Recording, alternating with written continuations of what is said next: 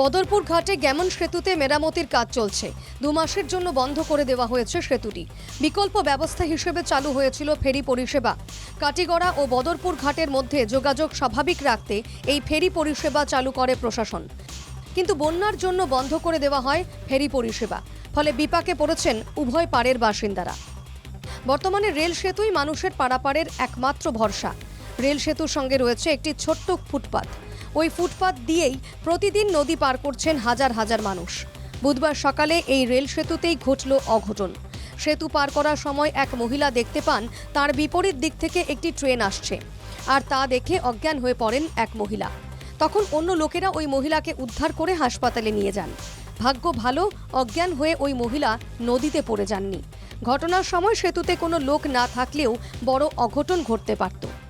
সকালে ওদিক থেকে একটা ট্রেন যাওয়াত আসলো, আর ওদিক থেকে তারা 3-4 জন আর কি মেহমানে আইতে শুনে ট্রেন তো ওদিক থেকে যাওয়ার কারণে ট্রেনের আওয়াজ ডরাইয়া আর কি মেয়েটা আর কি বেশ হয়ে গেছে। তাই আমরা এখান থেকে স্থানীয় জনগণে মিলিয়া দেওয়াইছে মডেল হসপিটালে। মেরামতির জন্য গ্যামন সেতু বন্ধ করা হয়েছে। তৎকালীন ব্যবস্থা করে আমাদেরকে ফেরিঘাটের ব্যবস্থা করে দিয়ে দিয়েছেন আমাদের কাছে ডিসি মহোদয়, সার্কেল অফিসার মহোদয়। ওনাদের নেতৃত্বে আমাদেরকে ফেরিঘাটের ব্যবস্থা করে দিয়েছিলেন ওনারা। কিন্তু 2-4 দিনের মধ্যে দেখা গিয়েছে ফ্লাডের জন্য এই ফেরি সেবাটাও বন্ধ হয়ে গিয়েছে। তাই কোনো ব্যবস্থা নেই আমাদের কাঠিগড়া এবং বদরপুরের জনগণ আসা যাওয়ার কোনো ধরনের ব্যবস্থা নেই, সব বিচ্ছিন্ন হয়ে গিয়েছে। তাই বর্তমান জনগণ রেলওয়ে ব্রিজ দিয়ে আসা যাওয়া করছে। তো তৎকালীন আজ সকাল একজন ভদ্র মহিলা ওই পার থেকে বদরপুরের পার থেকে যখন কাঠিগড়া উনি আসতে, তখন একটি ট্রেন এসেছে। উনি ট্রেন দেখে উনি সেন্সলেস হয়ে পড়ে গিয়েছেন। স্থানীয় জনগণ বিষয়টি নিয়ে প্রশাসনের দৃষ্টি আকর্ষণ করেছেন, যাতে মানুষের সুরক্ষা নিশ্চিত করে প্রশাসন।